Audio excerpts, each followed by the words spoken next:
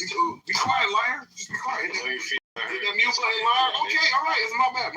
Just hit the mute button, please. Can you hit that mute button, brother? You're hot micing.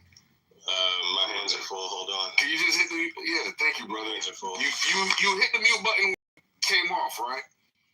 So you can hit it then. So you can hit it now to go back on. Just go ahead and brother. I'm about to get it. Yo, kid, you know he this about all time and why I like peer review. And I'm like, oh, this. Oh my God, I'm trying to. Kid, we gotta be elders in this young man's life. I know. Get out of this bullshit. But it's so hard.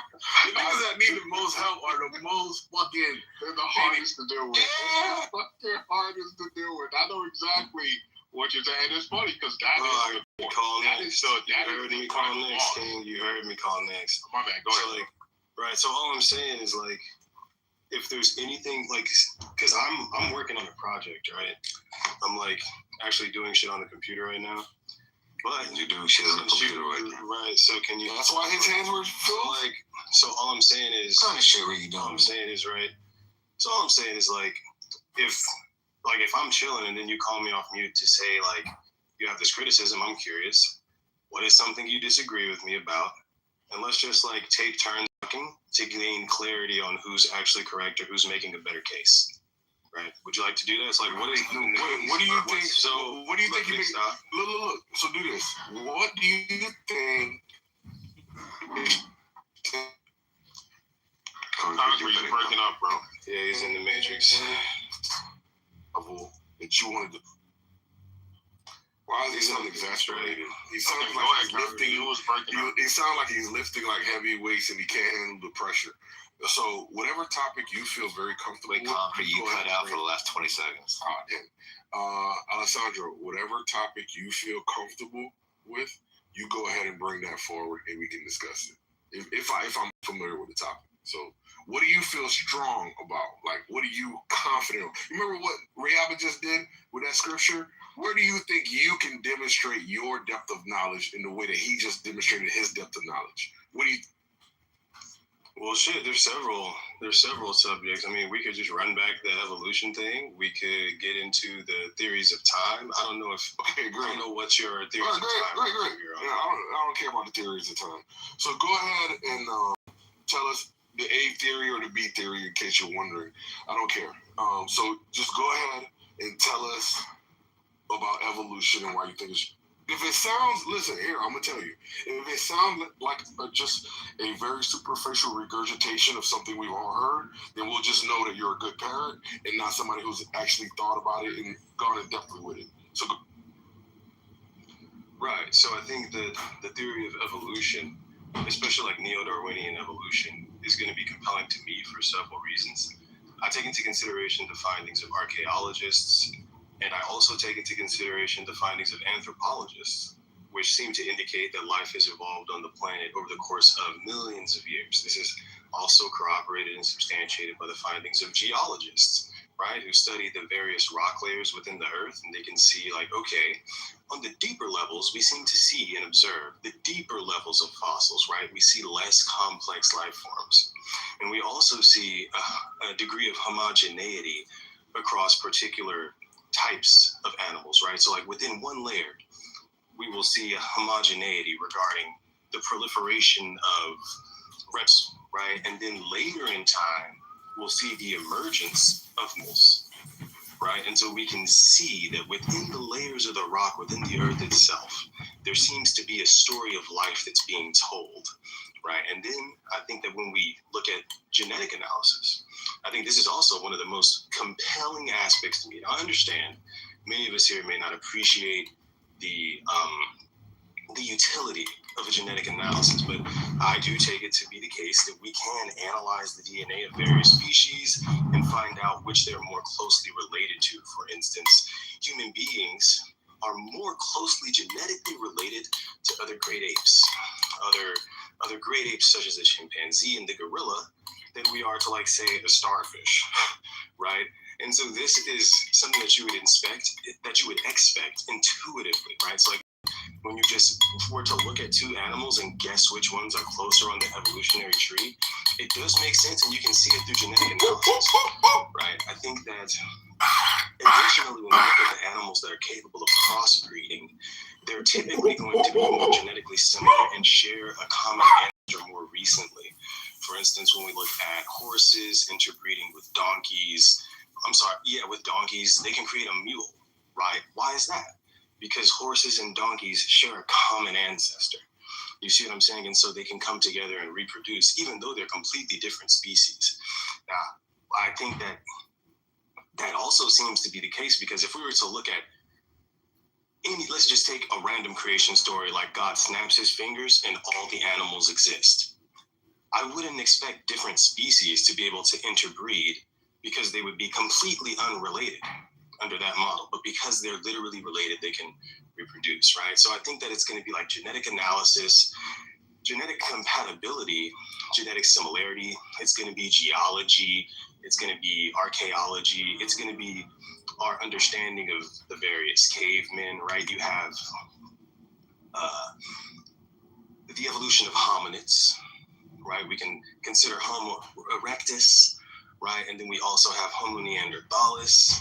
And then later on, we start to see human beings, right? And so the earliest fossils of anatomically modern humans are going to be about between 200 and 300,000 years old, right? And so it does also make sense that we would see human beings as one of the youngest species of mammals on Earth, right? So for instance, lions have existed for 2 million years, but human beings have only existed for less than 250,000 years, right? And that's why it seems to be like we found ourselves in this world that's full of ancient animals and like we ask ourselves, how did we get here, right? So I think like evolution is substantiated through an interdisciplinary process of discovery that I think underpins the foundations of our grasp on biology in the most real sense. What do you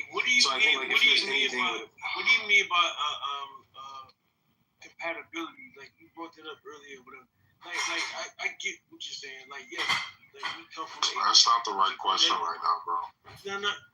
I was just curious on what he meant by that, because I've never heard was. All right, can you explain what you mean by compatibility, Alessandro, so that I can start? Wait, before we go to that,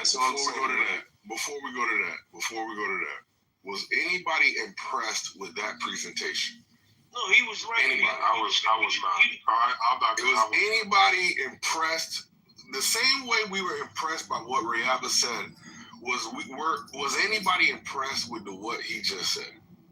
No, he was absolutely correct what he was saying. Like, yeah. Okay. All right. Anybody? He attempted to impress or state the facts, and keep in mind who is Rayaba impressing. I mean, Rayaba impressed everybody that way. I'm sorry, Don, if you don't know what's going on. Rayaba just did an exegesis. You're bullshitting. Rayaba, okay, all right. That's that motherly instinct kicking in. You see your bambino getting fucking beat the shit up, and you're like, oh, I gotta save my baby. I was just in a room, and I was like relaxing there, and then El Normo came there, and I had to run away. Yeah, I mean, the only reason I asked that is because, like, of course, yeah. The Africans run from El Normo the Great. The only animals that we do share DNA with is apes. Why is your audio so low? So what? Your mic's kind of low sometimes. Alright, goddamn, I can't finish. So, Sugar Baby, do you believe in neo-Darwinian evolution? Do I believe in what? Neo-Darwinian evolution. How is it? What is that? And how is it different from your regular? How is it different from your regular Darwinian? Darwin didn't know about genetics. There you go. So they had to include that into their theory. Yes, in order to make it more contemporary. So have you? Is it not just basically like the improvements on like Darwin's theory of evolution? Well, where like basically understand like the mechanism by which it happens. We'll get into that, but yes, that's essentially sugar belly, and it's okay if you don't know what it is or blah blah blah. It's like, I don't do it under that name, but what I'm saying is like obviously between the time of like Darwin proposing his theory and like now, like all of the science in that field has basically been trying to understand the various mechanisms by which it happens, right? Yes, and they've been trying to take Darwin's, because the thing is, when you actually go look at what Darwin believed, there are a lot, and I can tell, respectfully, Alessandro, this is what Concrete is trying to get at. I can tell you haven't actually read what Darwin has actually said, his actual views, versus what they've tried to now superimpose using his lens on what we're seeing with the data. Because the data is not confirming Darwin's original view. It is not. That's why I say the calm down, you Latino. It's a Latino. That's clear evolutionary proof. It's some racist ass Latino here. Wait, hold on, guys. Sugar Belly, what was your question? I asked him a question, bro. Can you let him answer? Are you listening? Nigga, are you listening to me? I literally gave you, oh my fucking God. I mean, what the contention is, right? What I'm saying is like, it's like, even if like, some scientific discoveries like showing that certain things don't agree with like Darwin's original theories or whatever it is. I mean, that is, that can be a possibility too, right? Because at the time that he propounded this theory, nobody knew about DNA. So, again, I think that broadly, the point is that broadly he was on the right track compared to Lamarck, right? Lamarck's theory was that you acquire certain traits as a result of activities, and then you can pass on the traits that are acquired. And we know that that's not possible, right? Whereas in the case of Darwin, his theory was that, traits arise at random, and then through environmental like pressure are selected for in terms of, by means of like survival to like reproduce the next generation. They kicked me. Sons of bitches. Motherfuckers.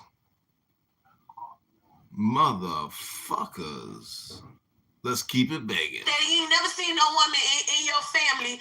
Like, you know what I'm saying? You gotta go back to what the fuck you was seeing in your family. You can't tell me that love don't exist. All the bitches in my family is married.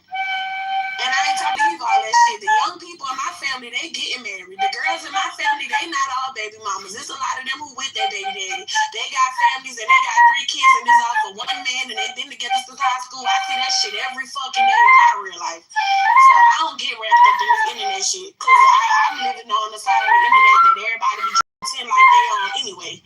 So I don't know. I don't get wrapped up in that shit. People need to get in their Bibles. They need to get closer to the Lord. They need to get their feet planted on the ground.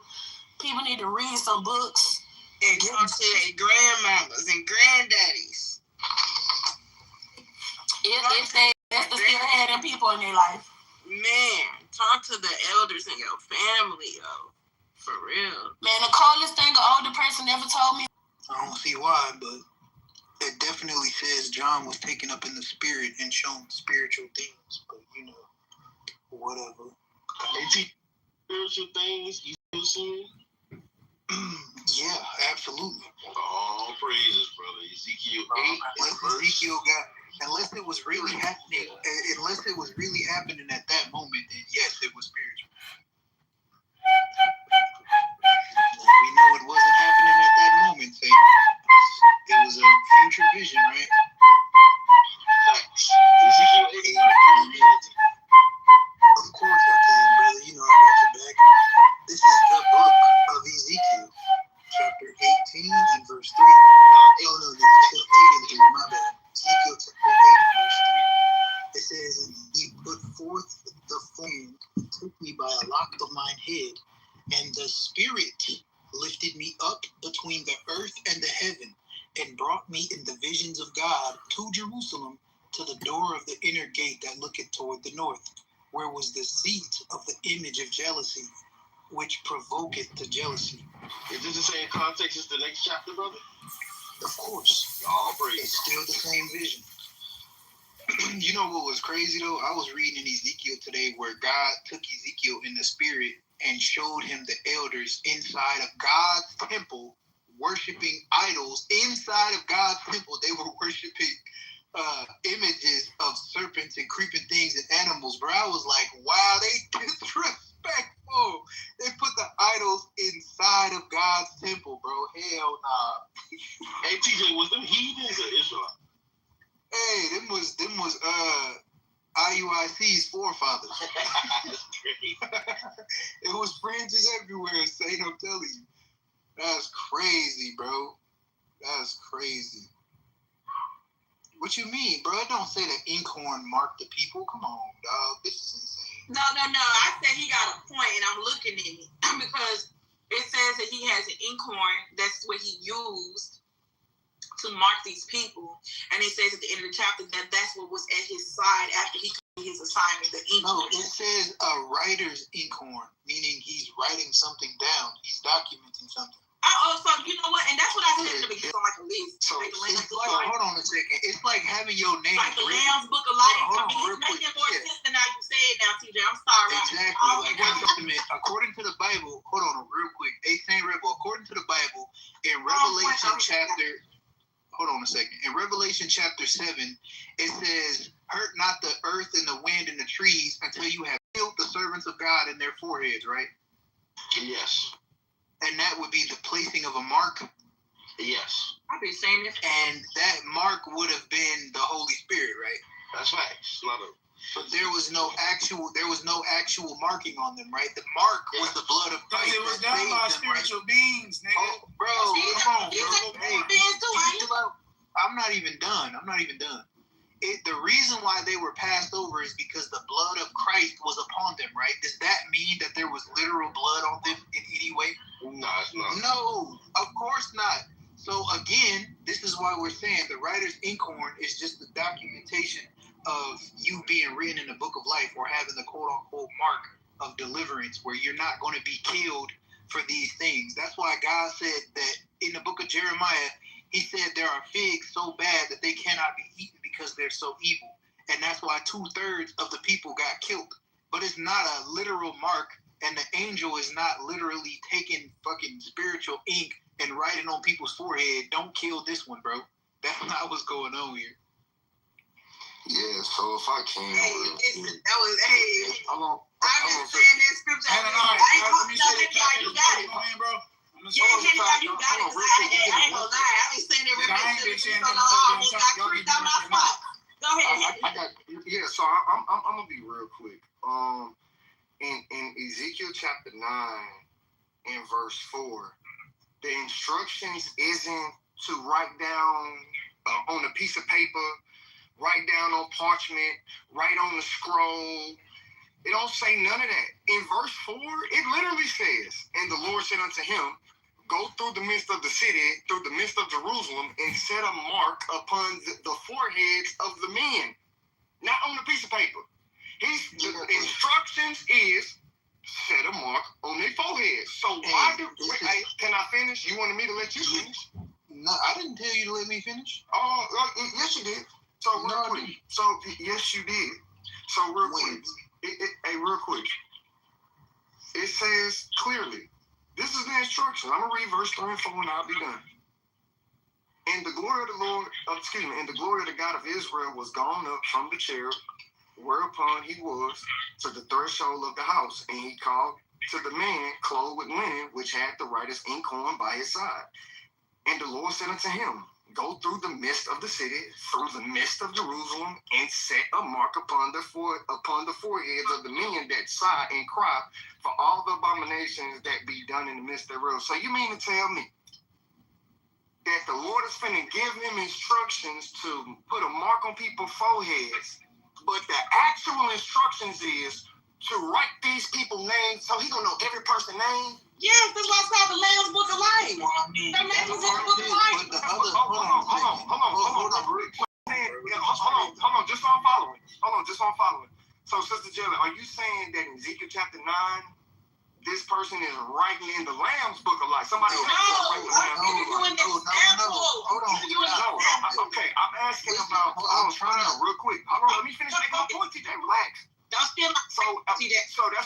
saying. Nobody stealing your damn weak ass breakdown. Shut up. Hey, so in Ezekiel chapter 9, I'm saying the Lord is giving this person instructions to say, hey, go set a mark upon their forehead. Why would the Lord have to tell him that if he really means to write this down on some piece of paper that the audience didn't receive that you actually have on you? So we supposed to believe he got, come on, dog. The text in Ezekiel chapter 9, nothing in this, it don't mention the pen. See, in other places we go, it talk about the pen of the scribe, and it mentioned pen. Bro, it mentioned writing instruments. Is a writer's ink horn a pen, or is it the place that holds the ink? Well, I mean, obviously, it's something you can write with. It's a writer's ink horn. Okay, this is the definition for writer's ink horn, which is Kaseth, which I read earlier, 87083. Pot for ink. Pot for ink. That's a cut. Well. That's a cut. It's a pot for ink, not the pen that the ink goes into the pot. He just killed full preterists with that. He just killed all full preterists. You couldn't do it. Hold on. I don't see. Hold on, real quick. First of all, y'all not letting nobody. And then y'all Percepticons. Chosen couldn't do. Lionsgate couldn't do. The writers of eschatology couldn't do it. Oh my God. Yeah, who's writing that eschatology couldn't do it. Good job, Henry, y'all. Even though you still wrong. Go ahead. Yeah, so like I was you praising him for being wrong. She messy. Yeah, first of all, this is a vision. There's no literal mark being set on anyone. And then number two, I mean, however you want to explain it, whether you want to say they're writing the names down using the typology from the rest of the Bible, or you want to say he's taking the ink and splashing it on a motherfucker, the whole point here that's being communicated is that everybody that fits into this group of people is being accounted for. That's the whole point. I don't know why the hell y'all niggas arguing about how he's doing it. I have no idea, but this is a spiritual vision. Nobody's literally getting right. This is insane. The whole point of the vision is to show that the people who are sighing and crying are being accounted for. That's the whole point. Did nobody however the nigga in this vision? Hey, hold on, bro. However the nigga chose to do it, and this is what's wrong with y'all. Y'all niggas argue the smallest. What? Hell no, nigga. Nah, bro. Hell no, nigga. We got to argue the smallest points, nigga. You done chosen, because no the hell I don't. Oh my goodness, you want to philosophize stuff, man. One thing I got you, bro. Niggas ain't faggots. Second of all, I said maggot, nigga. Niggas ain't maggots neither. So like I was saying, plain as day, it don't, like, this is a vision. Nobody's getting ink poured out on them. I don't even see why this is even a point of contention. But like I said, Hannah, y'all, either way you want to spin it, whether the niggas is getting wrote down or they getting ink splashed on their face like a damn bukkake, my nigga, it's simple. These niggas are getting taken account of. That's what it's talking about.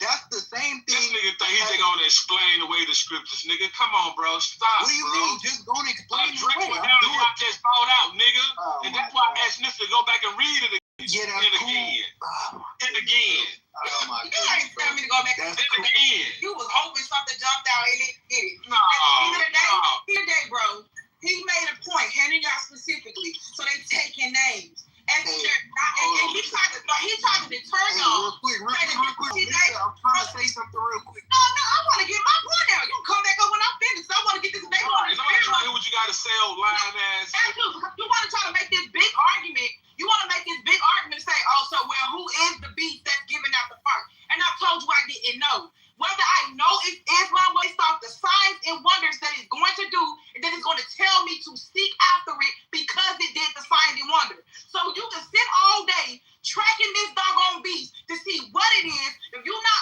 able to identify the fact that it's going to be doing false signs and wonders, you still cook. You put all your energy into trying to figure out what you cook. Yeah, all that energy on lameness. That's crazy. Yeah, whatever. Somebody let TJ back up. He about to kick me in the mouth. Hold on, yo. I was trying to show something real quick. Nitsa, real quick, right? So in Revelation chapter 3, in Revelation chapter 7, you saying that that's a typology for Ezekiel 8, right? I mean, Ezekiel 9, yeah. Yeah, right. So now look at Revelation chapter 3 because it's talking about the same thing. Exactly, with the Church of Philadelphia. Can you hold on a second? No. What are you talking about, the Church of Philadelphia? No. It says right here in Revelation chapter, it was the Church of Philadelphia. All right, get it down. You take it. I put out work for my argument, CJ. I ain't gonna be out here. Yeah, all right, bro. Anyway, this is Revelation 3 and 12. He that overcometh will I make a pillar in the temple of my God, and he shall go no more out, and I will write upon him my new name, and the name of the city of my God, which is New Jerusalem. Now, hold on a second. Didn't Ezekiel prophesy to a generation of people that saw the destruction of the old Jerusalem and the rebuilding of the New Jerusalem? According to the book, you said what? Sir, yes, sir. Yeah, so I mean, to me, this shows the writer's inkhorn right here, but I don't know, bro. But it says, and the name of the city of my new God, which is New Jerusalem, down out of heaven from God, and I will write upon him my new name.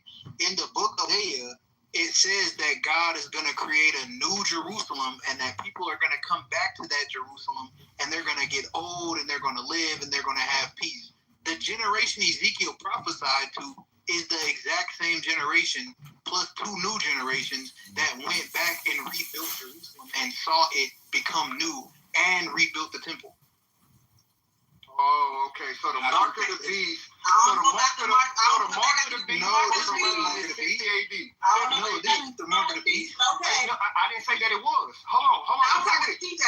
Hold on. I didn't say it was the mark of the beast. I know I don't know what they got to do with it, but okay. I'm talking about the writer's inkhorn. I know you're talking about the writer's inkhorn, and you just mentioned Revelation chapter 3, so listen to the argument.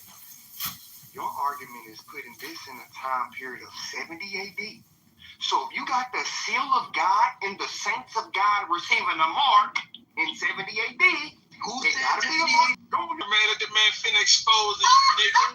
So now watch this. Hey, y'all stupid. This is the end for you niggas. Now watch this. If y'all pay attention to TJ argumentation and just listen carefully to the thing that he just said. He said that wasn't there a generation that saw the destruction of one temple and the building of another temple? So watch this. During this time period, did they have to receive a mark? So was that tribulation going on in Jerusalem when they was building the temple to where they had to receive a mark or be put in the Lamb's Book of Life? Yes, that's what it was. It's over. Hold on. Let me show you. I'm going to show you in one scripture. Hold on a second. It's in 1 Peter. He got to go to first. See? Is Peter talking about something in the past? Is First Peter talking about something in the past, or is Peter talking about something that you say happened in 70 AD? Do not start doing that, bro. I'm going to the scripture. Stop playing. Yeah, I thought so. Yeah, I got you, my nigga. This is the book of 1 Peter chapter 3 and verse 20. It says, which sometimes were disobedient. Matter of fact, I'm going to start at verse 19. It says, by which also he went and preached unto the spirits in prison. Talking about preaching to the Israelites. It says, which sometimes were disobedient when once the long suffering of God waited in the days of Noah. Israelites in the time of Noah. That's crazy. Oh my God, bro. That's not what it's talking about. What you just said is not what the verse is talking about. It's called reading comprehension. Something you should learn, my nigga. Then you just said he went to go preach. Definitely got it. Definitely lacking that. I know y'all relate on niggas. Definitely lacking that. Hey, can you shut up for a second? Is it yes or no, nigga? Hey, nigga, how you gonna lacking comprehension skill? I'm in the middle of my turn, bro. Shut up. You's a hoe. Yeah, whatever, nigga. I'll be that, nigga. Bet I'll whoop your. Never mind. Yeah, I bet you won't. Nigga, you can meet me at Hyphy Burger, nigga. I bet you won't. Hyphy Burger is cold. Well, that's a spot in the city. The niggas hit the meal. That's a spot in the city. We know that. I'm just laughing at the fact that he said it. We know it's an actual spot, man. Yeah, whoop that nigga and did get a number 2. Whoop that nigga and did more than number 2. I heard listen, all I'm gonna say is I heard a whole they don't want to eat every burger. Yeah, Hey, if you niggas ain't heard of Hyphy Burger, man, it's the best burger in the world. world, man. I'm just letting you know. First of all, Shut your lying ass up. Ben's Burgers is shitting on Hyphy Burger any day of the week. Nigga, stop playing. You ain't a real Oakland native. Nigga, I'm from the way. Man, stop right down here. TJ, I used to work at Whataburger. Hey, Ben's Burger. Ben's Burger. Man, Burger, bro. What y'all talking about? I ain't gonna lie. Whataburger, go. I ain't gonna lie. Hey, TJ, that was my first job when I was at. Wait, TJ, TJ. That was my first job when I was 16. Nah, whole ass nigga, that mean not traveling, nigga. That's what that mean. Nigga, shut up. Nigga, shut up. But yeah, TJ, finish your information. Nah, I was gonna say, this the book of 1 Peter 3 and verse 19. It says, by which also he went and preached unto the spirits in prison. That's the Israelites according to the book of Jeremiah. It says, which sometimes were an example of the days of Noah and their generation. It says, while the ark was a preparing, wherein few, that is 8 souls. Israelites on the ark, huh? I got you. It said he's making an example from Noah's generation to Jesus' generation. Them the niggas he went to go preach to in prison. I'm about to niggas show from Noah's time. It says Noah as a figure. He's not saying that what he's talking about is Noah. He's talking about how Noah's story applies to his generation. Christ is the ark. Look, it says the like figure, whereunto even baptism doth also now save us, not the putting away of the filth of the flesh, but the answer of a good conscience toward God by the resurrection of Jesus Christ. So he just said for them, by the blood of God, they're saved from the judgment that was going to come upon Jerusalem. That's literally what Peter is saying. So that means you don't. So that means you don't get saved then. So that means you missed the mark then. You missed the shit. No. It's over. If we leave everything after 7 to 8 days, it's over. Nobody. Nobody said.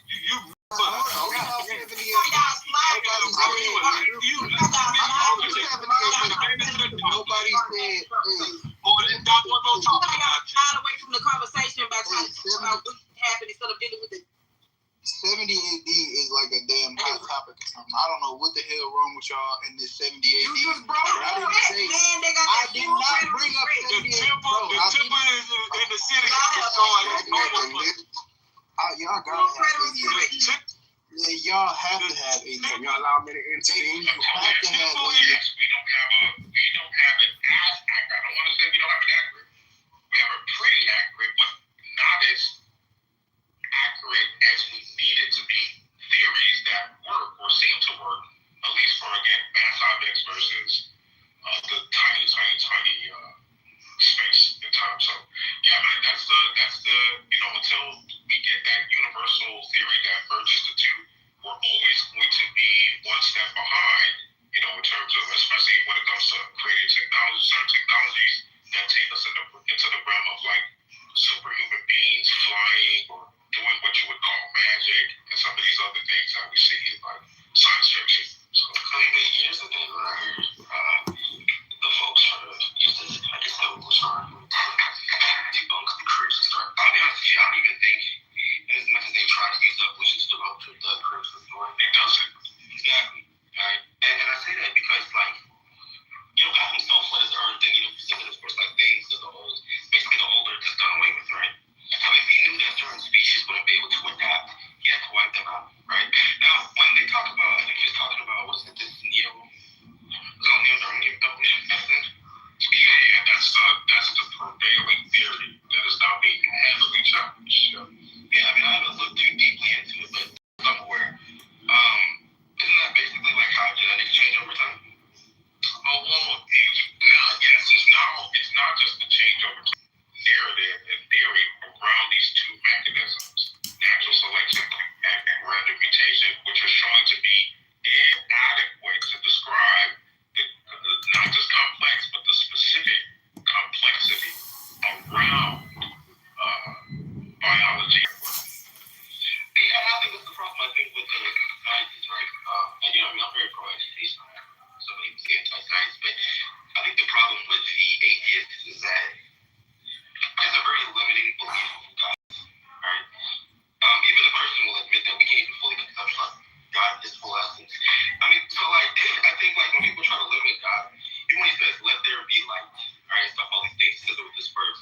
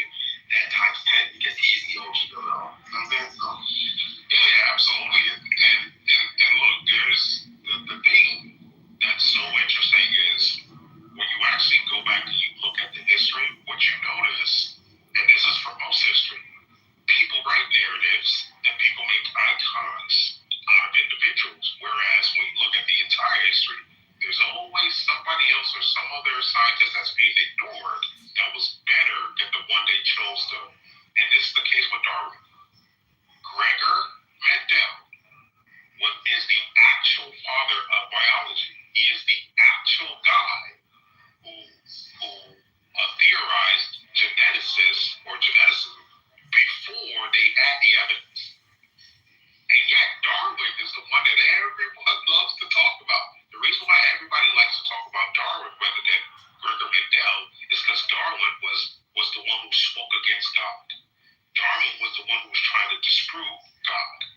Whereas Gregor Mendel, the actual father of geneticism, kills their whole entire anti-science, or Christians are anti-science narrative.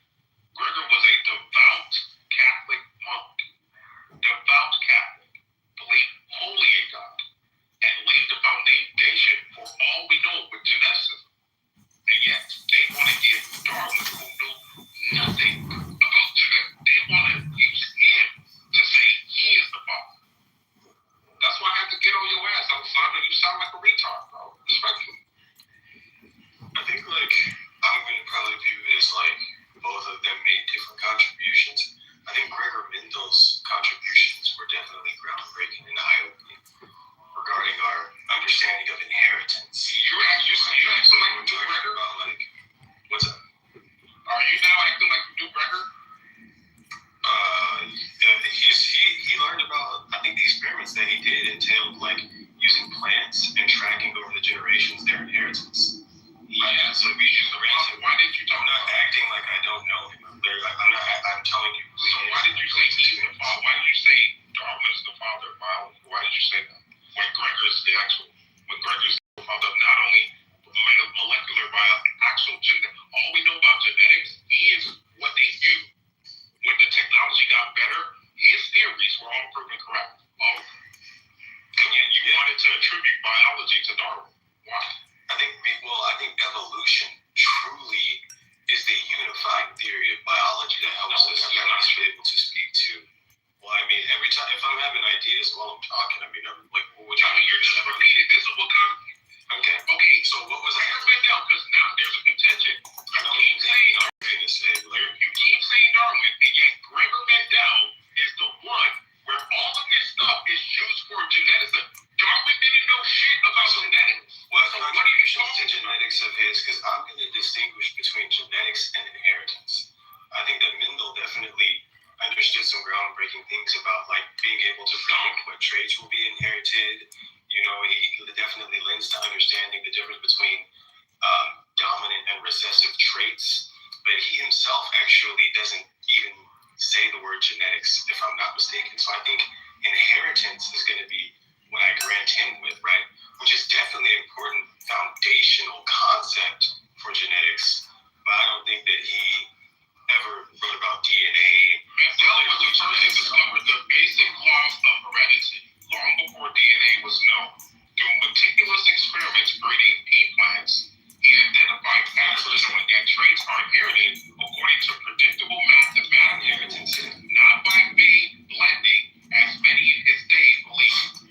Right. So that's inheritance, right? Not genetics. No, you're again genetics. The law of segregation, the law of independent assortment, and the idea of discrete heredity units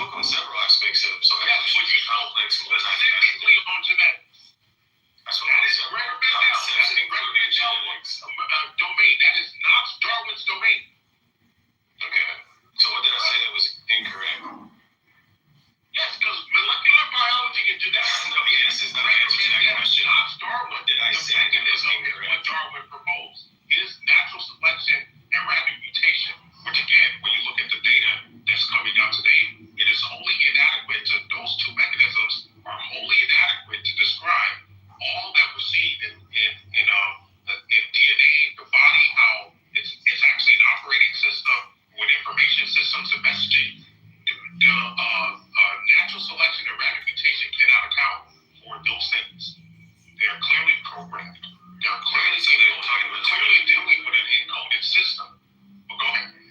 I think we're just two different things. I think like you're trying to win a battle that doesn't. See how IO said I'm right. So look at how IO is made it. IO is you're right now. IO is when you do this thing, you just start talking and it's like I don't understand. IO deals with that. That's what he said.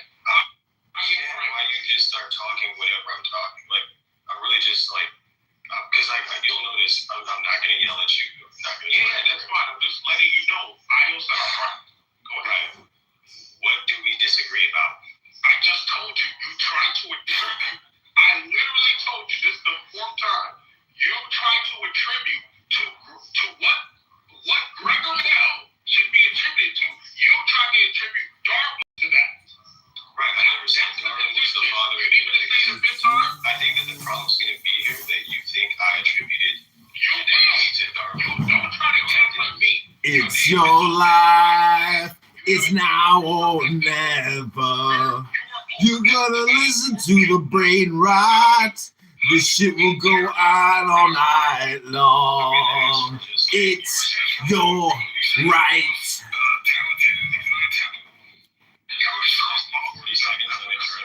Because I don't think the stage has to go into like bullshit. That's not. Just like, can I get 30 seconds? Look at the chat. I didn't say I was right because I was showing Alessandro how he was misappropriating what should have been Gregor Mendel to Darwin. Okay, so like I think that the problem is going to be here that at no point did I say Charles Darwin is the father of genetics. At no point did I say at no point did I say can you stop interrupting me, please? Right. So I mean I'm just as a matter of fact. That's why I'm being on your ass, bro. Cool. Okay. So like right, it just happens to be a matter of fact that I did not say that Charles Darwin is the father of genetics. Right? You're trying to attribute to Darwin. You're a mod. You're a mod, bro. You're a mod. I think I heard him say something about just not letting me talk. Something right. I mean, at least, okay. But you said it was the Isaac Newton of you tried to make it like he's the fuck. What is Isaac Newton of the physics? What is Isaac Newton of physics? So if I just keep talking while you're talking, you're gonna send me to the goo. But you won't let me talk. No, you don't. 5 minutes. Just talk for 5 minutes. Go ahead. I'm just gonna make a point, right? So the point that I'm making is right. I'm trying to give you gentlemen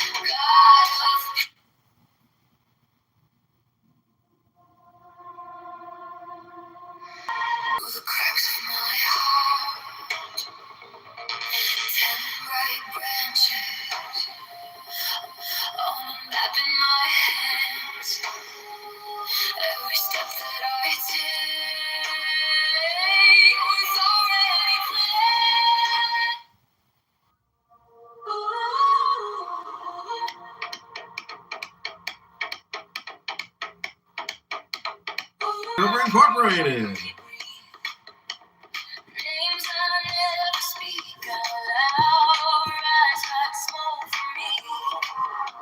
Look at that PTR.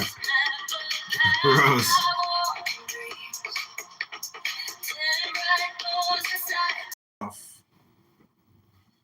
Oh no, I think I lost my page. All right, back to the music for a minute.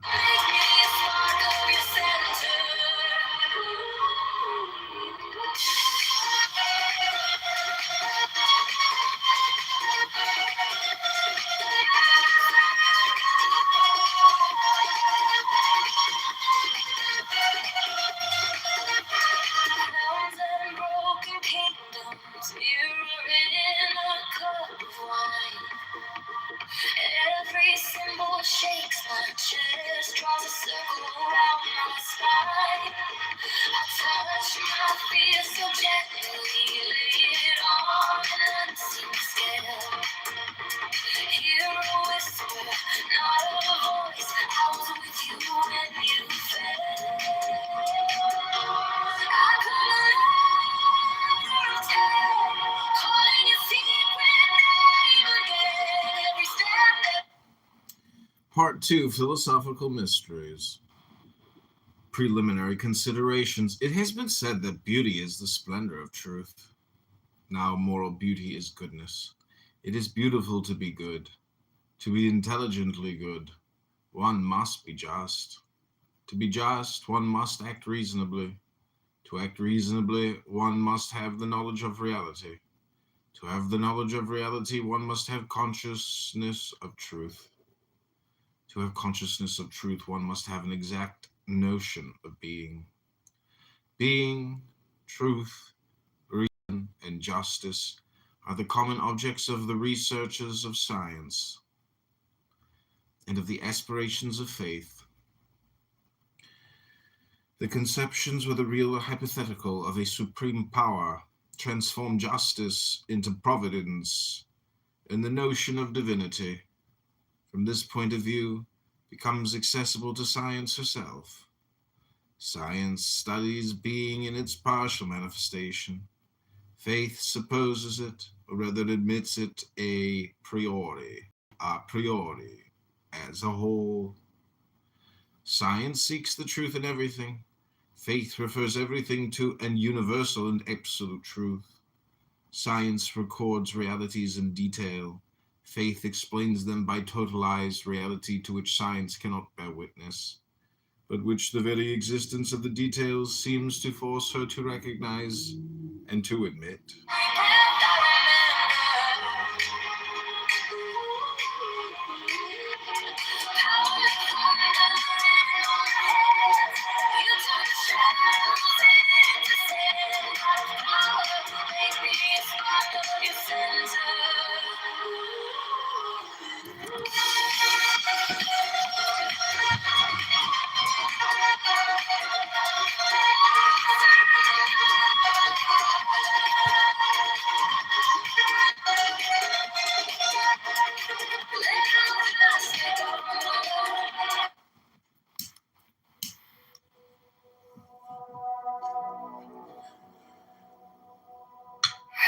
curtain reason,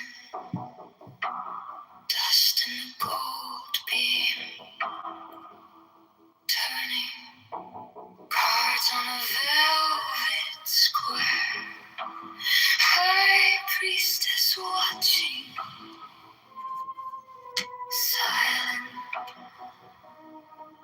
smirking. Science submits the reason of persons and things to the universal mathematical reason. Faith seeks, or rather supposes, an intelligent and absolute reason for and above mathematics themselves. Science demonstrates justice by justness. Faith gives an absolute justness to justice, and subordinating it to providence. One sees here all that faith borrows from science, and all that science, in its turn, owes to faith. Without faith, science is circumscribed by an absolute doubt, and finds itself eternally penned within the risky empiricism of a reasoning skepticism.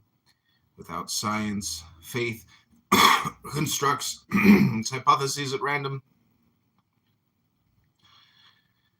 and can only blindly prejudge the causes of the effects of which she is ignorant. The great chain which reunites science and faith is analogy. Science is obliged to respect a belief whose hypotheses are analogous to demonstrated truths. Faith, which attributes everything to God, is obliged to admit science as being a natural revelation which, by the partial manifestation of the laws of eternal reason, gives a scale of proportion to all the aspirations and to all the excursions of the soul into the domain of the unknown. It is, then, faith alone that can give a solution to the mysteries of science. And in return, it is science alone that demonstrates the necessity of the mysteries of faith. Outside the union and the concourse of the living forces of the intelligence, there is for science nothing but skepticism and despair. For faith, nothing but rashness and fanaticism. You ask about power, I answer with numbers and names. 10 doors in the mind, one word you're afraid to say. Crown above the crown.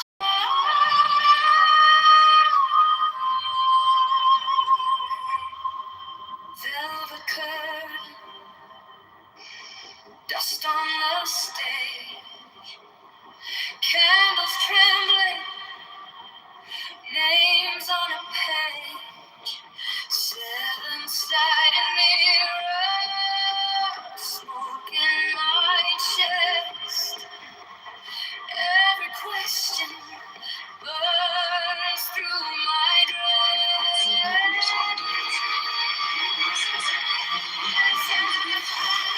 I hold the pillar and the flame.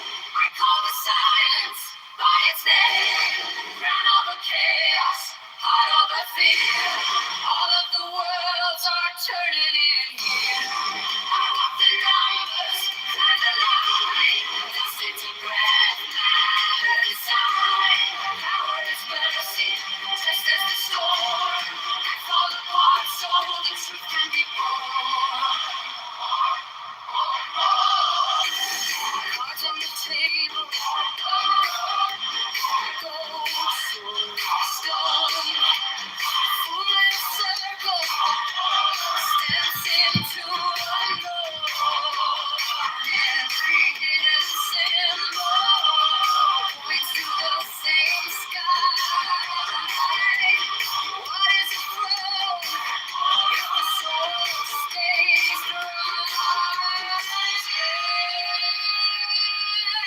Tell me, I hold the pillar and the flame. I call the silence by its name. Crown all the chaos, heart all the fear. All of the worlds are turning in here. I want the numbers, blood the line. Dust into breath, let inside.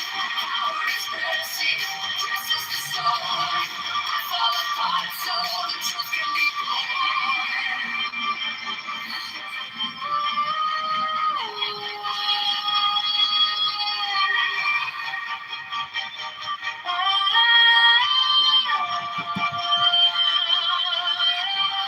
Is this fate or is this choice? Ancient script or my own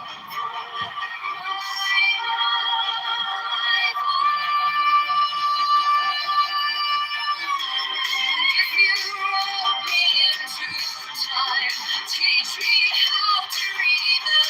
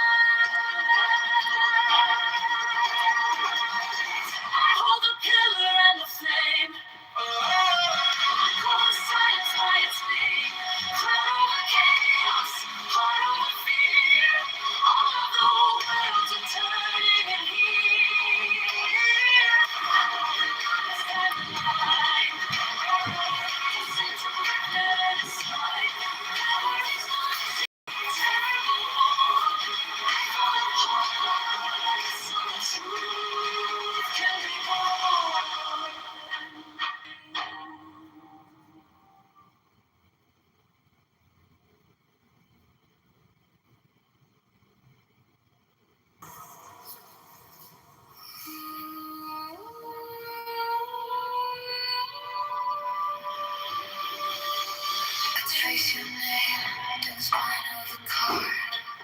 Gold ink bleeding through the cracks of my heart. 10 bright red on the skin. God of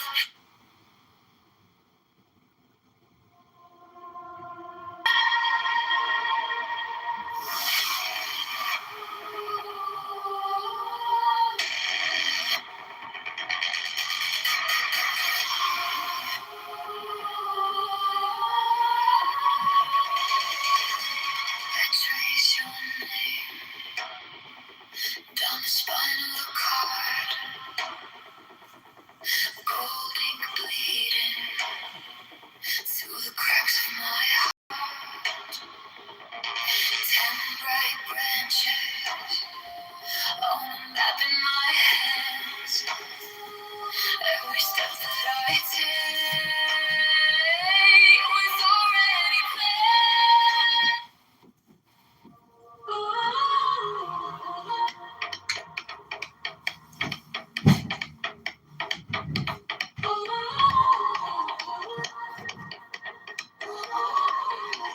Candles in a circle, calls face down, they bleed. Names I never speak out loud, eyes that smoke free. Golden threads and darkness, map of path I've walked in dreams. 10 bright doors inside me, all of them hold keys. I come alive, calling your secret name again. Every step, every breath I remember. Power is on you touch shadows into sand. Got power, make me a spark of your center.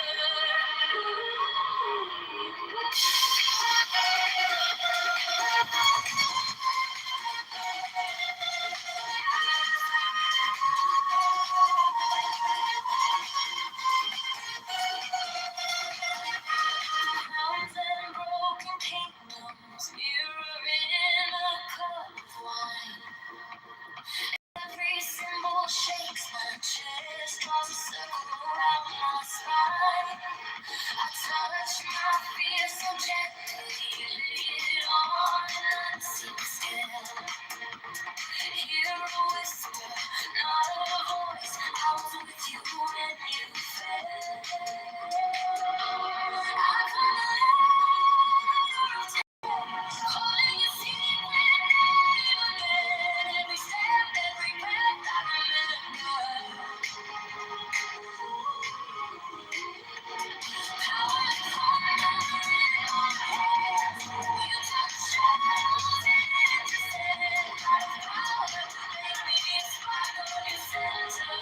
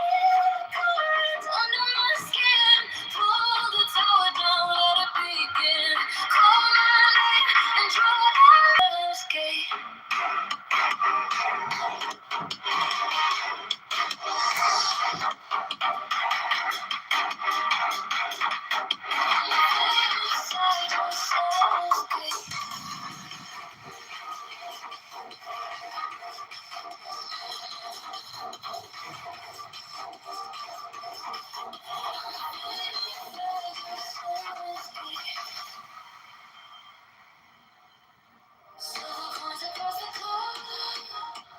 You count blessings.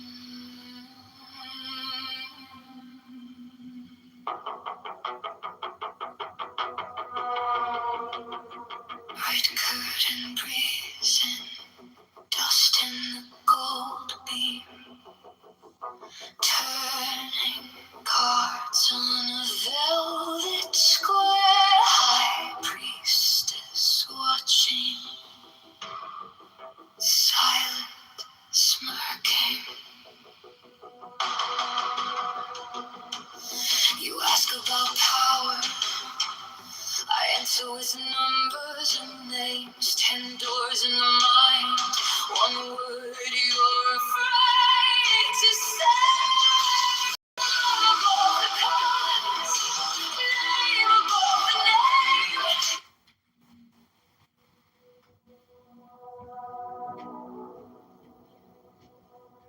Red curtain breezing, dust in the gold. High priestess watching, silent, smirking. You ask about power, I answer with numbers and names. 10 doors in the mind, one word you're afraid to say. Crown above the cross, name above the name. You're chasing shadows.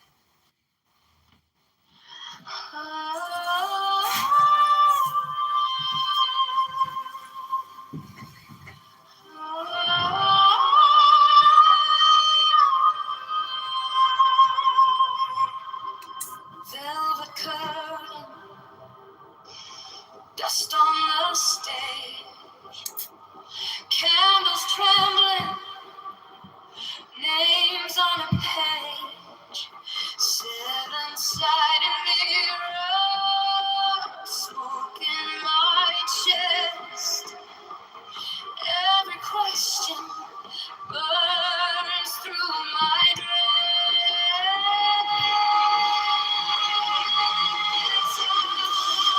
I hold the pillar and the flame. I call the silence by its name. Crown all the chaos, heart all the fear. All of the worlds are turning in here. I walk the numbers, climb the line, dust into breath, matter design. Power is mercy, just as the storm. I fall apart so the truth can be born. Cards on the table, gold, sword, stone, full in a circle, steps into unknown. Every hidden symbol points to the same sky. What is a throne if the soul stays dry? Tell me, I hold the pillar and the flame. I call the silence by its name. Crown all the chaos, heart all the fear. All of the worlds are turning in here. I want the numbers, like a line, dust into breath, and sign. Power is mercy, just as the storm. I fall apart so the truth can be born.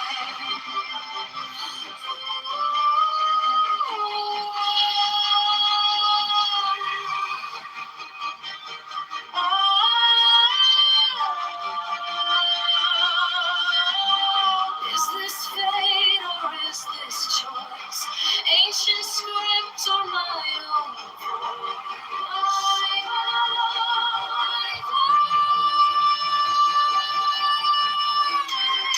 If you wrote me into time, teach me how to read the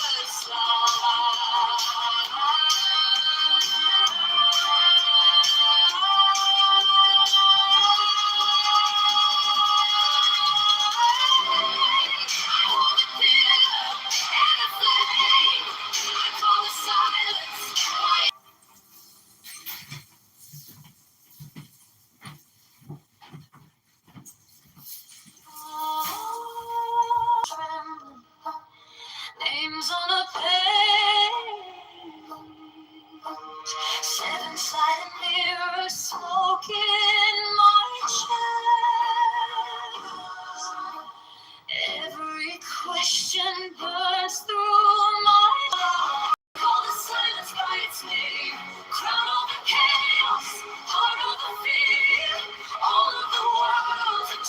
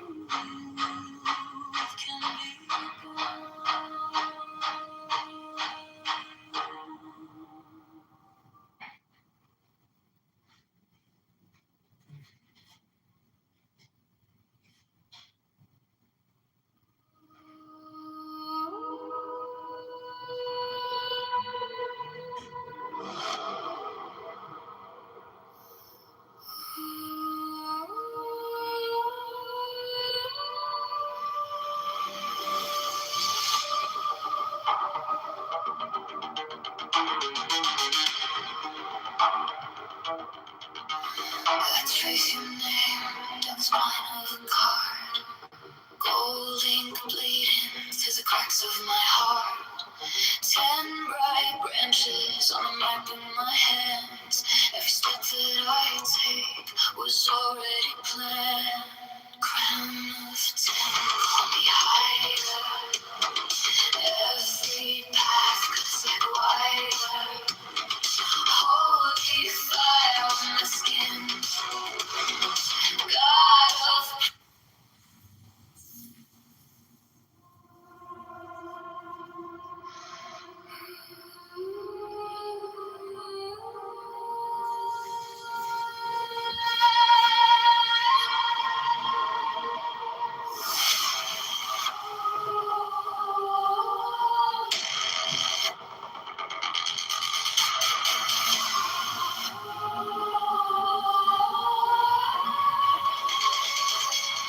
trace your name down the spine of the card.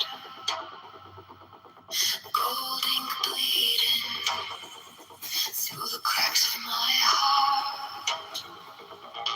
10 bright branches on a map in my hands.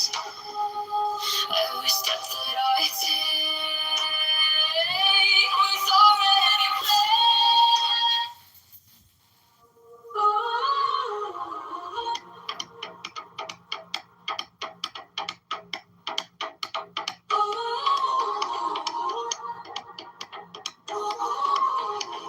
Candles in a circle, cards face down, they weep. Names I never speak aloud, rise like smoke from me. Golden threads in darkness, map a path I walk in dreams. 10 bright doors inside me, all of them hold keys.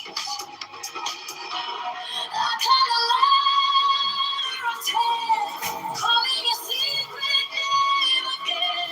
Every step, every breath I remember. Power like thunder in my head. You turn the shadows into sand. Got power, make me a spark of your center.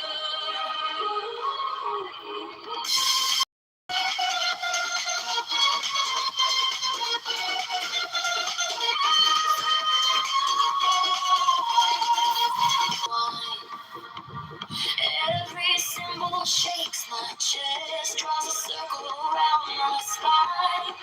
I touch my fear so gently, lay it on an unseen scale. Hear a whisper, not a voice. I was with you when you fell. I come alive of 10, calling your secret name again. Every step, every breath I remember. Power like thunder in my head. You turn the shadows into sand. Power, make me a spark of your center.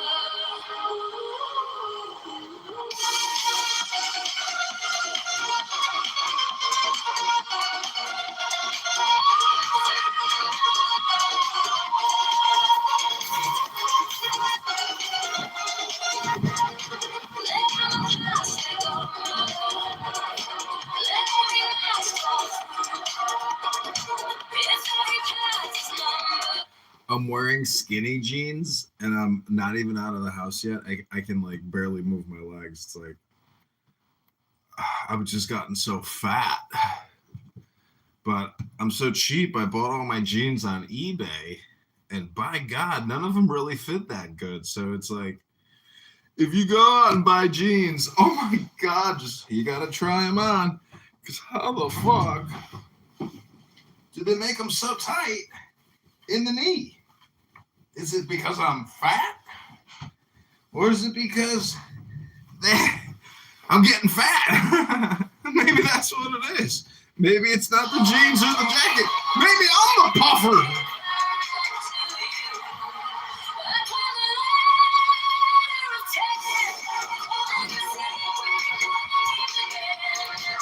I'm breaking a sweat just trying to get out of my house. Chinale.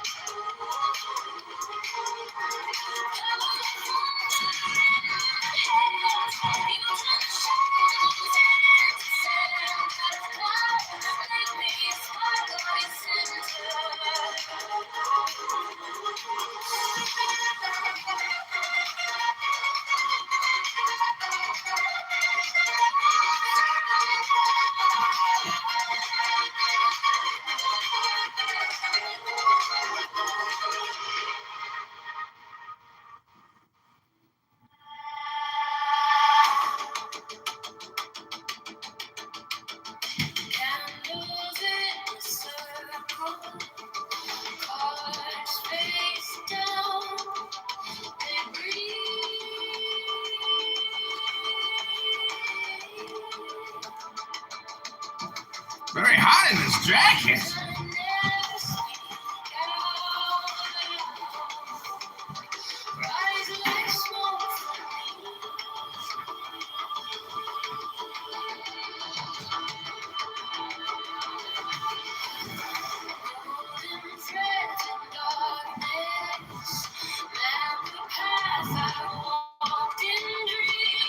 Jeez, these jeans are tight. It's like, can I? If I have no mobility because of my clothing, it's kind of annoying.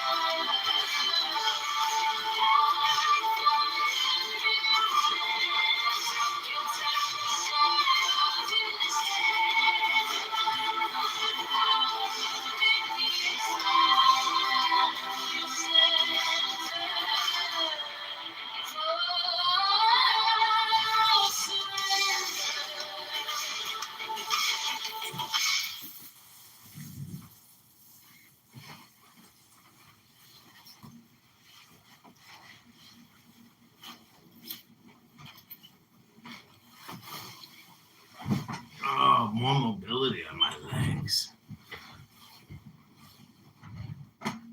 Oh, the music ran out. Here we go.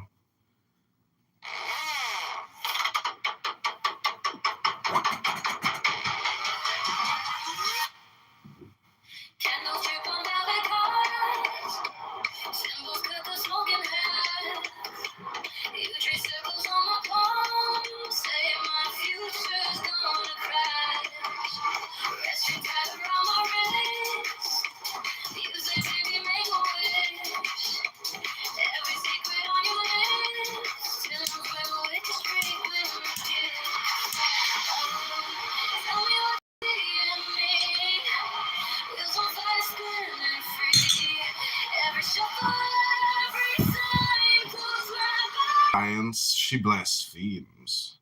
If science misunderstands faith, she abdicates. Now let us hear them speak in harmony. Being is everywhere, says science. It is multiple and variable in its forms, unique in its essence and immutable in its laws. The relative demonstrates the existence of the absolute. Intelligence exists in being. Intelligence animates and modifies matter. Intelligence is everywhere, says faith. Life is nowhere fatal because it is ruled. This rule is the expression of supreme wisdom. The absolute in intelligence, the supreme regulator of forms, the living ideal of spirits, is God. In its identity with the ideal, being is truth, says science. In its identity with the ideal, truth is God, replies faith. In its identity with my demonstrations, being is reality, says science. In its identity with my legitimate aspirations, reality is my dogma, says faith. In its identity with the word, being is reason, says science. In its identity with the spirit of charity, highest reason is my obedience, says faith. In its identity with the motive of reasonable acts, being is justice, says science. In its identity with the principle of charity, justice is providence, replies faith. Sublime harmony of all certainties with all hopes. Of the absolute in intelligence with the absolute in love.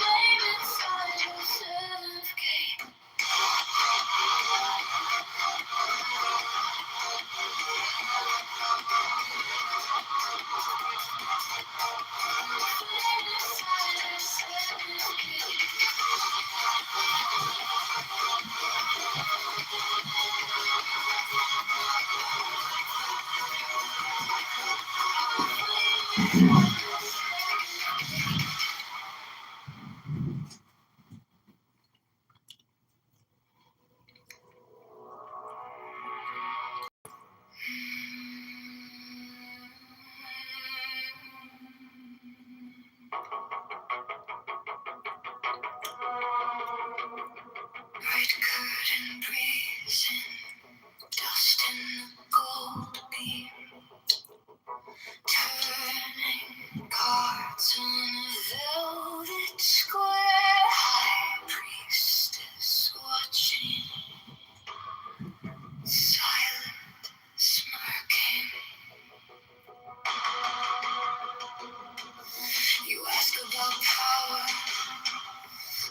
So it's numbers and names, 10 doors in the mind. One word you're afraid to say. Crown above the cards, name above the name.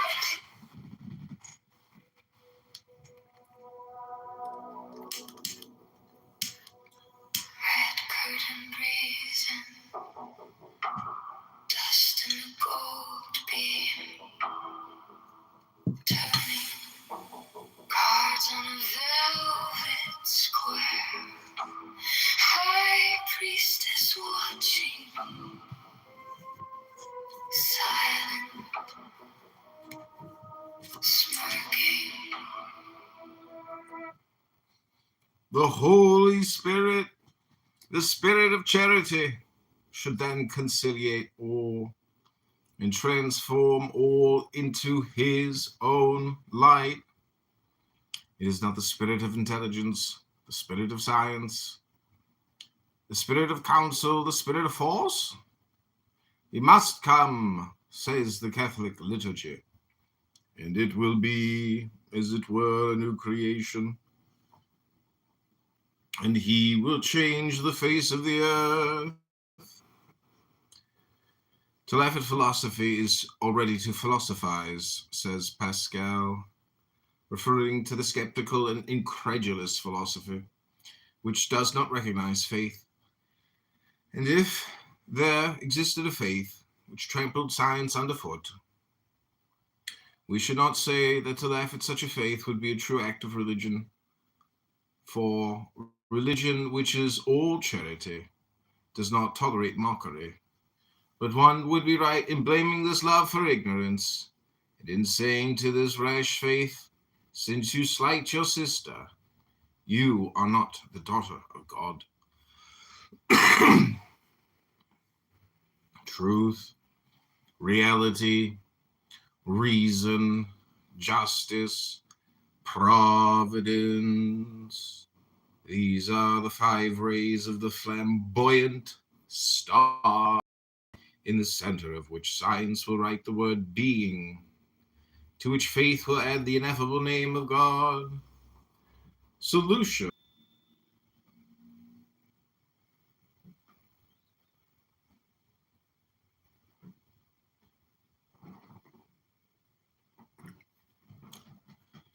First series, question, what is truth? Answer, idea identical with being. Question, what is reality? Knowledge identical with being. What is reason? The word being. Can one conceive anything superior to being? No, but one conceives in being itself something supereminent and transcendental. What is that?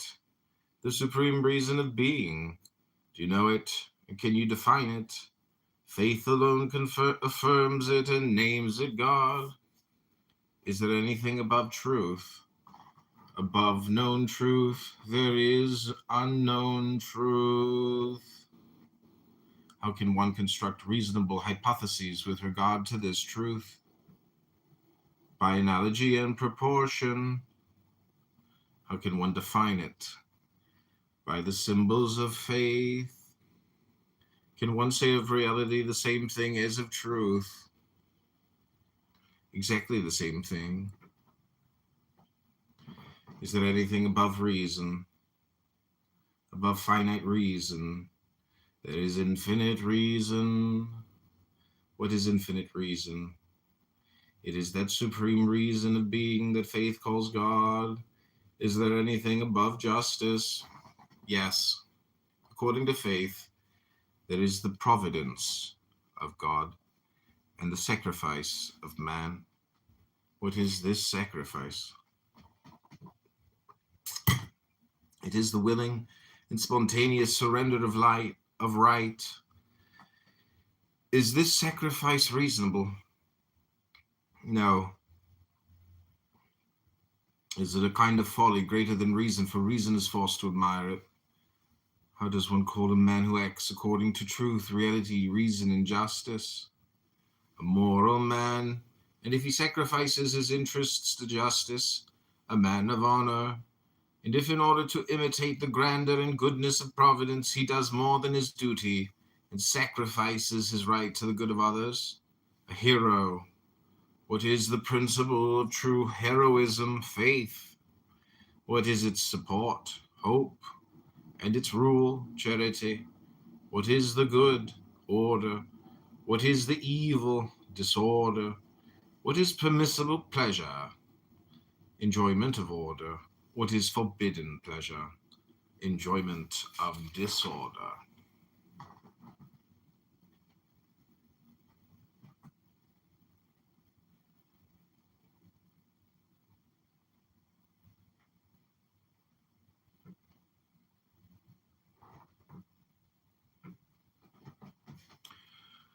What are the consequences of each? Moral life and moral death. Has then hell, with all its horrors, its justification in religious dogma? Yes, it is a rigorous consequence of a principle. What is this principle? Liberty. What is liberty? The right to do one's duty with the possibility of not doing it. What is failing in one's duty? It involves the loss of one's right. Now, right being eternal. To lose it is to suffer an eternal loss. Can one repair a fault? Yes, by expiation. What is expiation? Working overtime. Thus, because I was lazy yesterday, I had to do a double task today. What are we to think of those who impose on themselves voluntary sufferings? If they do so in order to overcome the brutal fascination of pleasure, they are wise. If to suffer instead of others, they are generous. But if they do it without discretion and without measure, they are imprudent. Thus, in the eyes of true philosophy, religion is wise in all that it ordains. You see that it is so. But if, after all, we were deceived in our eternal hopes, faith does not admit that doubt. But philosophy herself should reply that all the pleasures of the earth are not worth one day of wisdom, and that all the triumphs of ambition are not worth a single minute of heroism and of charity. Second series question: what is man? In substance, has man then two souls or two bodies? No, there is in him a spiritual soul, a material soul, and a plastic medium part of this light, magnetic fluid, and the fixed part, the fluidic or fragrant body. Herself with it. She already preoccupies herself with it. We have written this book and you are reading it. Give us some notions of this plastic medium. It is formed of astral or terrestrial light and transmits the double magnetization of it to the human body.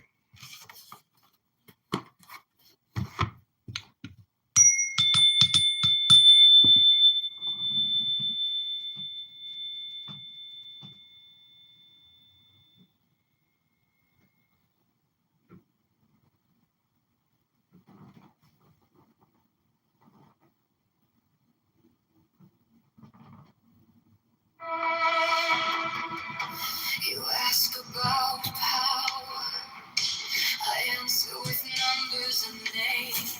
10 doors in the mind, one word you're afraid to say.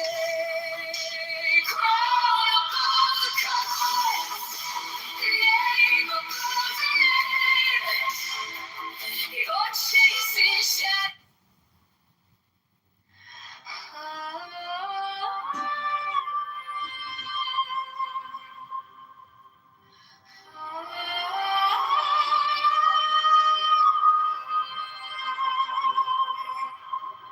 Velvet curtain,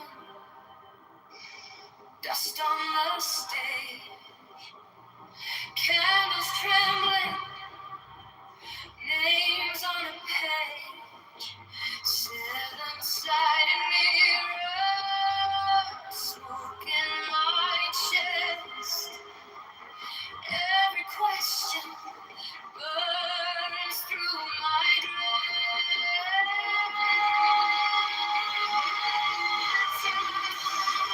I hold the pin and the flame.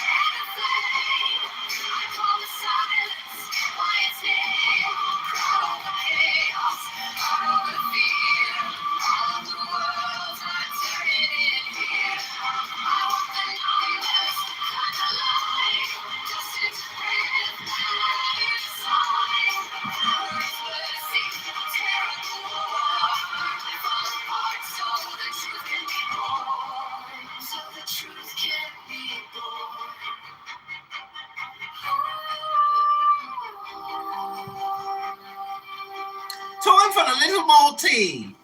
Tea time! It's tea time! It's tea time! It's tea time! It's tea time! It's tea time! It's time for some more tea!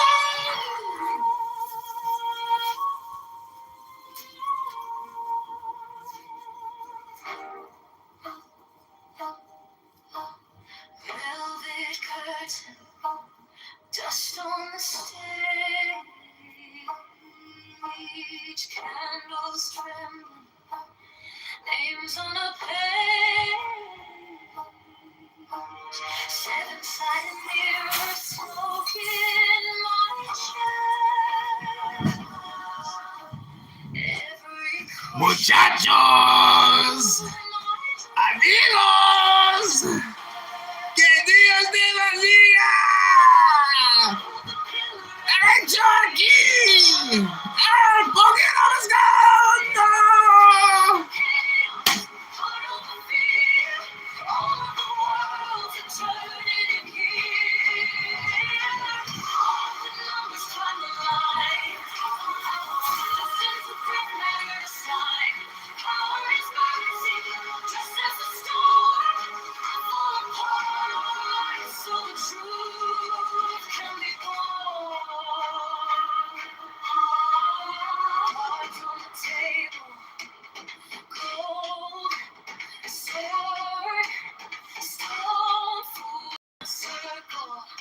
Steps into unknown. Every hidden symbol points to the same sky. What is a throne if the soul stays dry? Tell me. Oh, the pillar and the flame. Call the silence by its name. Call the chaos. Call the fear. All of the worlds are turning here. All the numbers climb alive. Disintegrate matter aside. Power is mercy. Just as the storm. Fall apart. So the truth can be born. Is this fate or is this choice? Ancient script on my own voice. If you roll me into time, teach me how to read the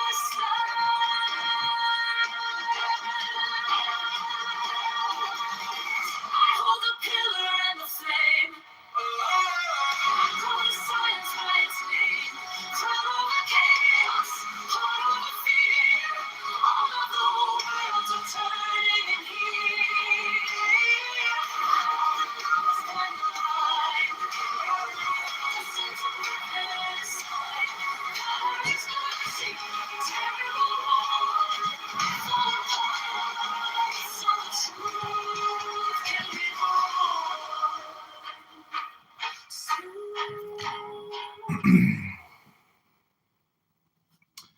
The soul, by acting on this light through its volitions, can dissolve it or coagulate it, project it or withdraw it.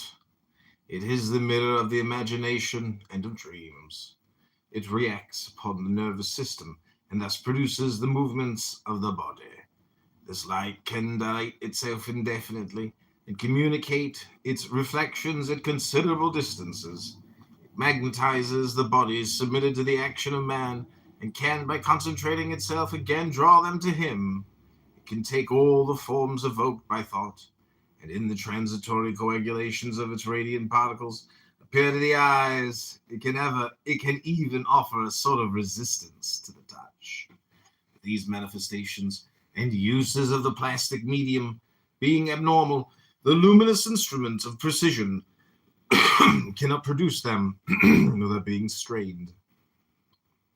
And there is danger of either habitual hallucination or of insanity. What is animal magnetism? the action of one plastic medium upon another in order to dissolve or coagulate it. By augmenting the elasticity of the vital light and its force of projection, one sends it forth as far as one will, and withdraws it completely loaded with images. But this operation must be favored by the slumber of the subject, which one produces by coagulating still further the fixed part of his medium. Is magnetism contrary to morality and religion? Yes, when one abuses it. In what does the abuse of it consist? In employing it in a disordered manner or for a disordered object. What is a disordered magnetism?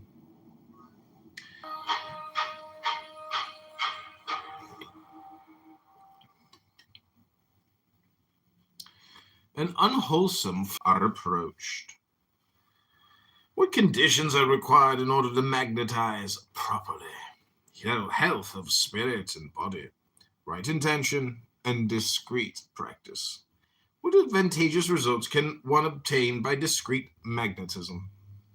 Establishment of fluidic harmonies, and the rediscovery of certain secrets of nature.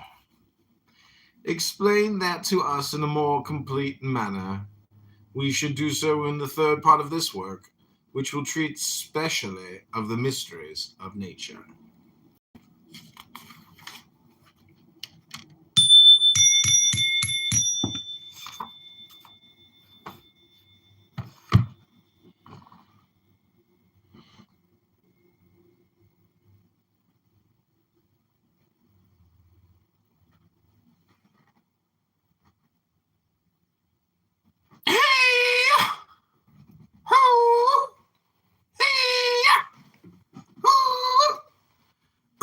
All right, we're going to read a few more pages, then I'm going to terminate the transmission.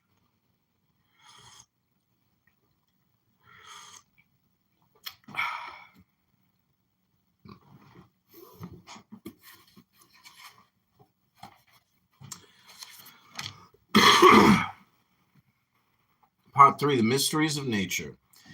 The great magical agent we have spoken of, a substance extended in the infinite. Arche, Azoth, Hyre, the 10th key of the Sephir of the Tarot.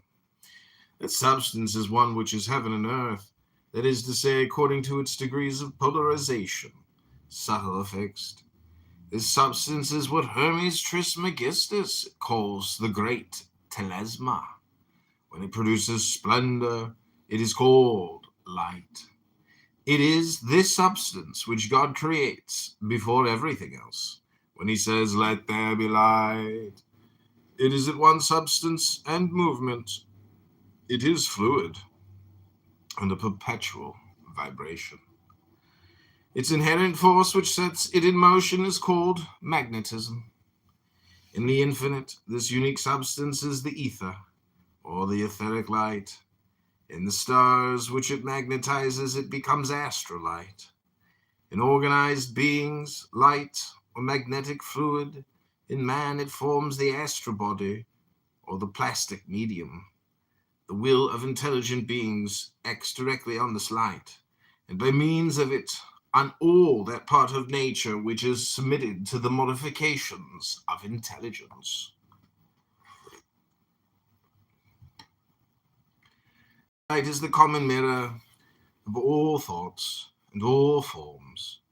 It preserves the images of everything that has been, the reflections of past worlds, and by analogy, sketches of worlds to come.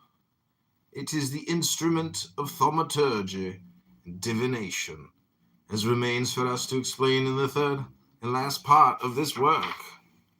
First book, Magnetic Mysteries. Chapter. The key of mesmerism.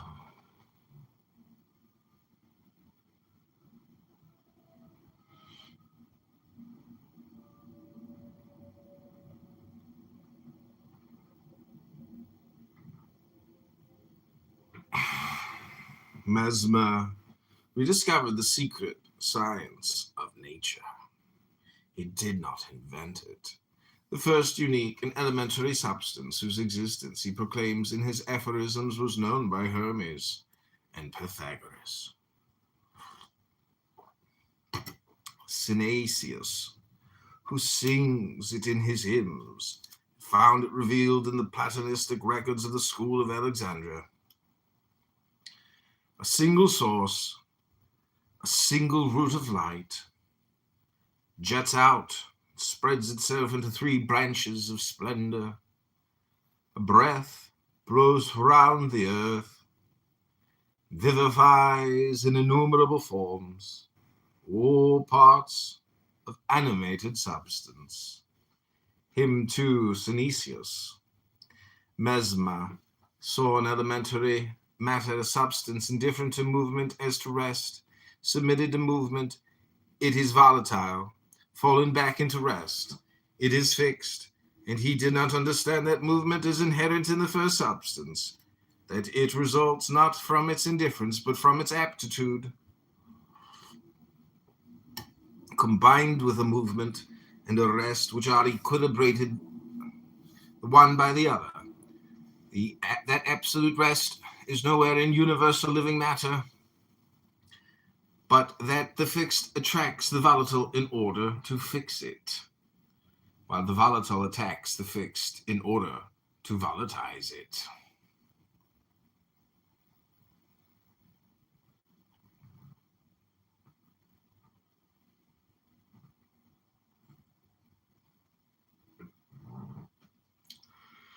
That the supposed rest of particles apparently fixed is nothing but a more desperate struggle in the greater tension of their fluidic forces, which by neutralizing each other make themselves immobile.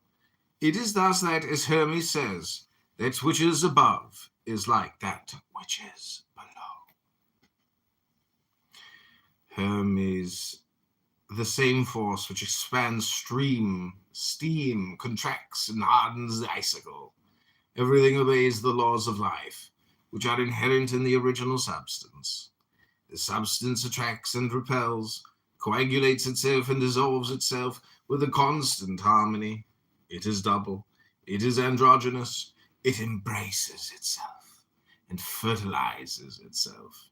It struggles, triumphs, destroys, renews, but never abandons itself to inertia, because inertia for it would be death. It is this original substance to which the hieratic recital of Genesis refers when the word of the Elohim creates light by commanding it to exist. The Elohim said, "Let there be light," and there was light. This light, whose Hebrew name is Aor. Universal matter is compelled to movement by its magnetization, and its fate is to seek equilibrium.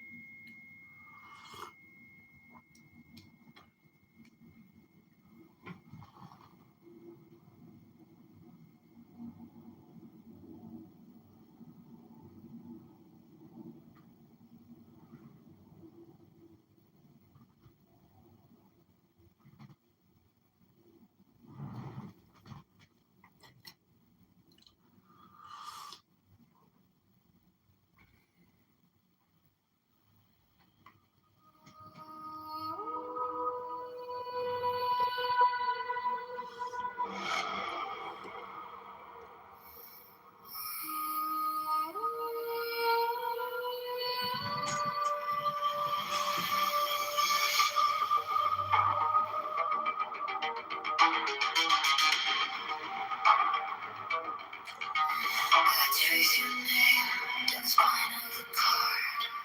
Gold ink bleeding through the cracks of my heart. 10 bright branches on a map in my hands. Every step that I take was already planned. Crown of 10, call me higher. Every path cuts it wider. Holy fire on my skin.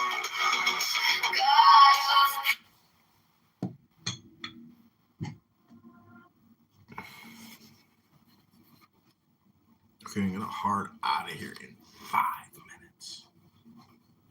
Or maybe not, maybe time. Who knows?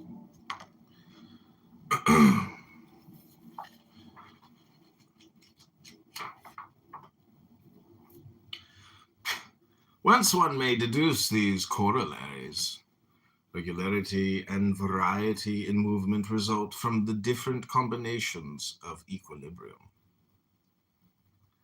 A point equilibrated on all sides remains at rest for the very reason that it is endowed with motion.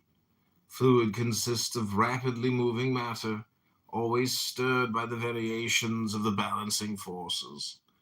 A solid is the same matter in slow movement or at apparent rest because it is more or less solidly balanced. There is no solid body which would not immediately be pulverized, vanish in smoke, and become invisible if the equilibrium of its molecules were to cease suddenly. There is no fluid which would not instantly become harder than the diamond. If one could equilibrate its constituent molecules, to direct the magnetic forces is then to destroy or create forms. Used to all appearance or to destroy bodies, it is to exercise the almighty power of nature. Our plastic medium is a magnet. It attracts or repels the astral light under the pressure of the will. It is a luminous body which reproduces with the greatest ease forms corresponding to ideas. It is the mirror of the imagination. This body is nourished by astral light just as the organic body is nourished by the products of the earth. During slumber, it absorbs the astral light by immersion, and during waking by a kind of somewhat slow respiration. When the phenomena of natural somnambulism are produced, the plastic medium is surcharged with ill-digested nourishment. The will, although bound by the torpor of slumber, repels instinctively the medium towards the organs in order to disengage it, and a reaction of mechanical nature takes place, which, with the movement of the body, equilibrates the light of the medium.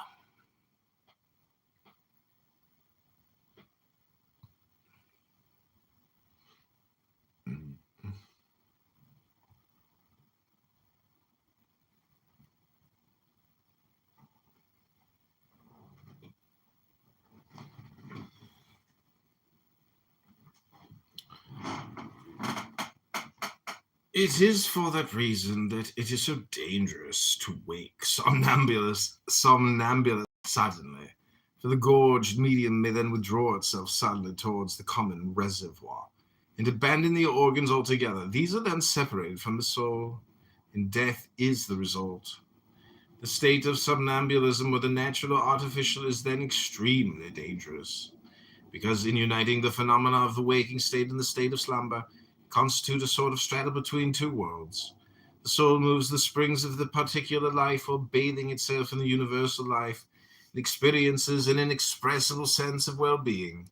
It will then willingly let go the nervous branches which hold it suspended above the current. In ecstasies of every kind, the situation is the same. If the will plunges into it with a passionate effort, or even abandons itself entirely to it, the subject may become insane, or paralyzed, or even die. Hallucinations and visions result from wounds inflicted on the plastic medium, from its local paralysis. Sometimes it ceases to give forth rays, substitutes images condensed somehow or other to reality shown by the light. Sometimes it radiates with too much force, condenses itself outside and around some chance and irregulated nucleus, as blood does in some bodily growths. Then the chimeras of our brain take on a body, and seem to take on a soul. We appear to ourselves radiant, or deformed according to the image of the ideal of our desires or our fears. Hallucinations, being the dreams of waking persons, always imply a state of analogous to somnambulism, but in a contrary sense. Somnambulism is slumber, borrowing its phenomena from waking. Hallucination is waking, still partially subjected to the astral intoxication of slumber.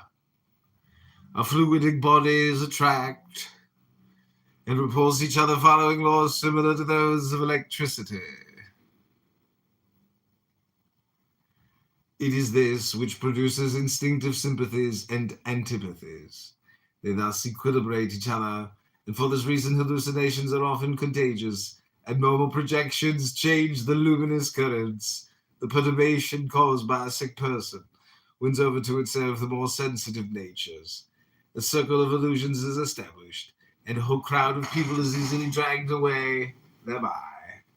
Such is the history of strange apparitions and popular prodigies.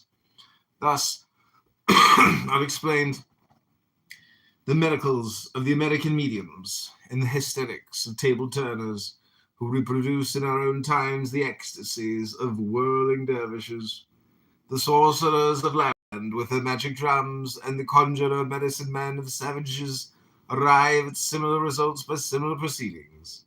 The gods or the devils have nothing predisposed to submit to its impressions and manifest its disorders. Fluidic maladies have their fatal crises. Every abnormal tension of the nervous apparatus ends in the contrary tension according to the necessary laws of equilibrium. An exaggerated love changes to aversion, and every exalted hate comes very near to love. The reaction happens suddenly. With the flame and violence of the thunderbolt, ignorance then laments it or exclaims against it. Science resigns itself and remains silent.